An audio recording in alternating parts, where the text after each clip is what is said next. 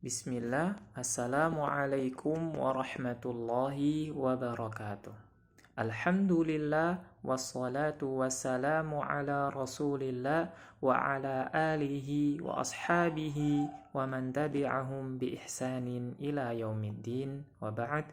Kaifa halukum ana salidan salihah?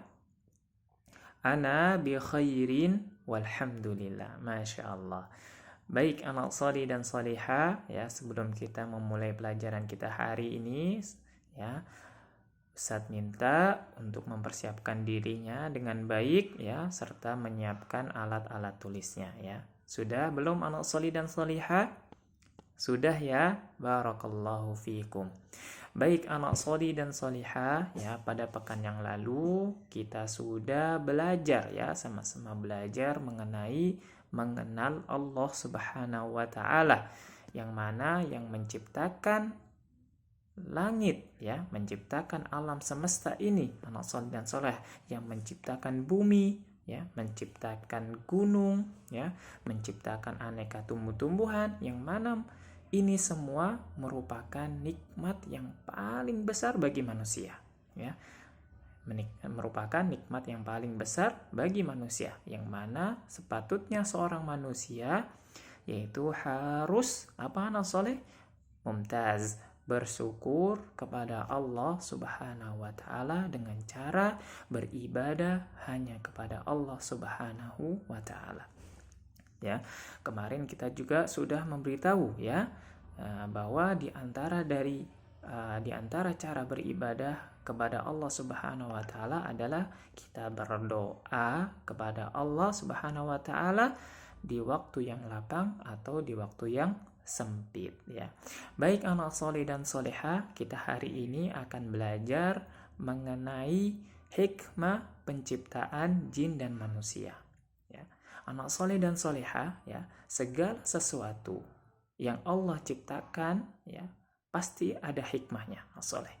Ya, Ustaz ulangi lagi, segala sesuatu yang Allah ciptakan pasti ada hikmahnya. Demikian juga manusia, anak soleh. Penciptaan manusia, ya. Allah menciptakan manusia, menciptakan ustadz, menciptakan anak-anak soleh dan solehah, ya, menciptakan orang tua kita semua, menciptakan kakek nenek kita semua, ya, atau menciptakan seluruh manusia, pasti Allah tidak akan menciptakan dengan sia-sia. Tetapi Allah menciptakan semuanya ada tujuan dan hikmahnya. Yaitu apa anak soleh? Beribadah hanya kepada Allah Subhanahu wa ta'ala.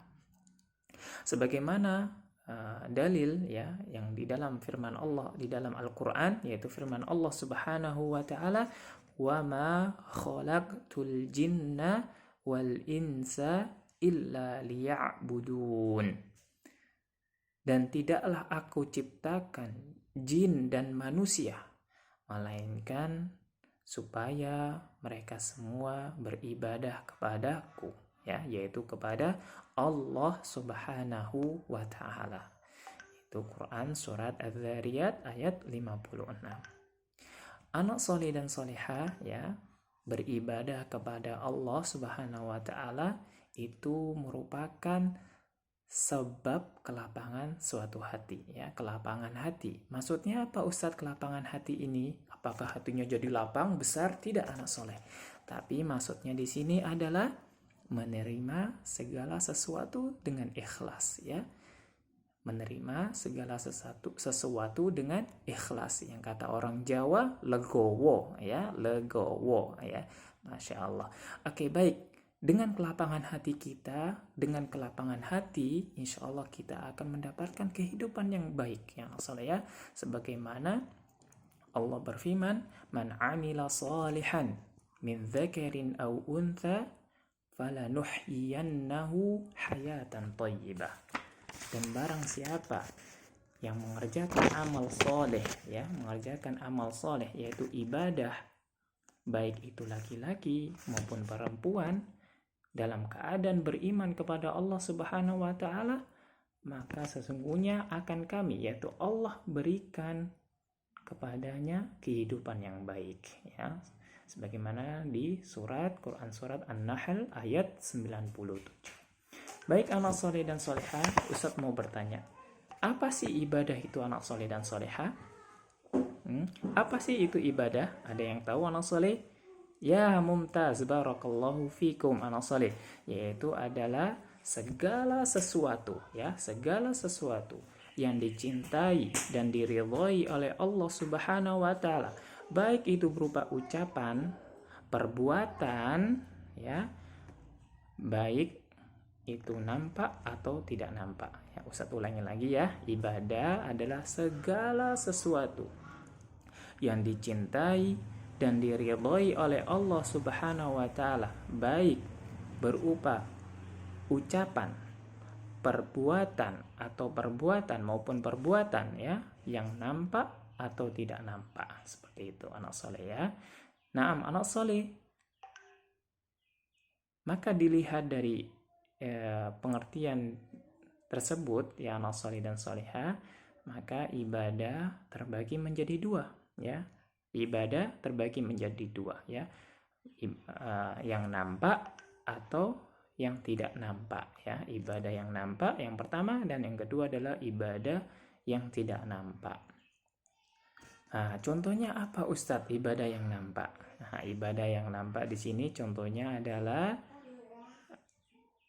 zakat, ya, anak soleh membayar zakat, ya, kemudian sholat, ya, kemudian berkurban, ya, berkurban yang mana dilakukan pada Idul Adha, ya, kemudian puasa dan yang lain-lainnya, ya, atau juga bisa dengan cara mengucapkan perkataan yang baik, itu juga termasuk ibadah, ya.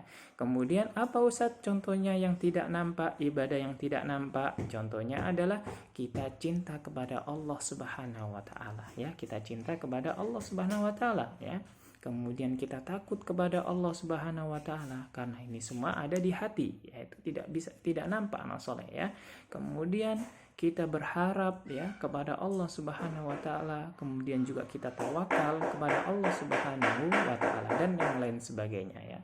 Jadi anak soleh dan soleha, ya, Ustadz minta setelah mendengarkan, ya, penjelasan dari Ustadz hari ini, Ustadz minta penuhi hari-hari kalian dengan cara beribadah kepada Allah Subhanahu wa taala, ya. Jadikan hari-hari kalian, waktu-waktu kalian itu bernilai ibadah, ya. Sebagaimana kita diciptakan, tujuannya adalah untuk beribadah kepada Allah Subhanahu wa taala, yang mana dengan ibadah ini menjadikan sebab kelapangan hati kita, yaitu menerima segala sesuatu yang menjadikan kita mendapatkan kehidupan yang sangat baik, ya. Soleh dan soleha. Baik, mungkin ini saja yang Ustadz dapat jelaskan, ya. Kita tutup pertemuan kita hari ini dengan doa kafaratul majlis. Subhanaka Allahumma wa bihamdika ashhadu an la ilaha illa anta astaghfiruka wa atubu ilaih. Assalamualaikum warahmatullahi wabarakatuh.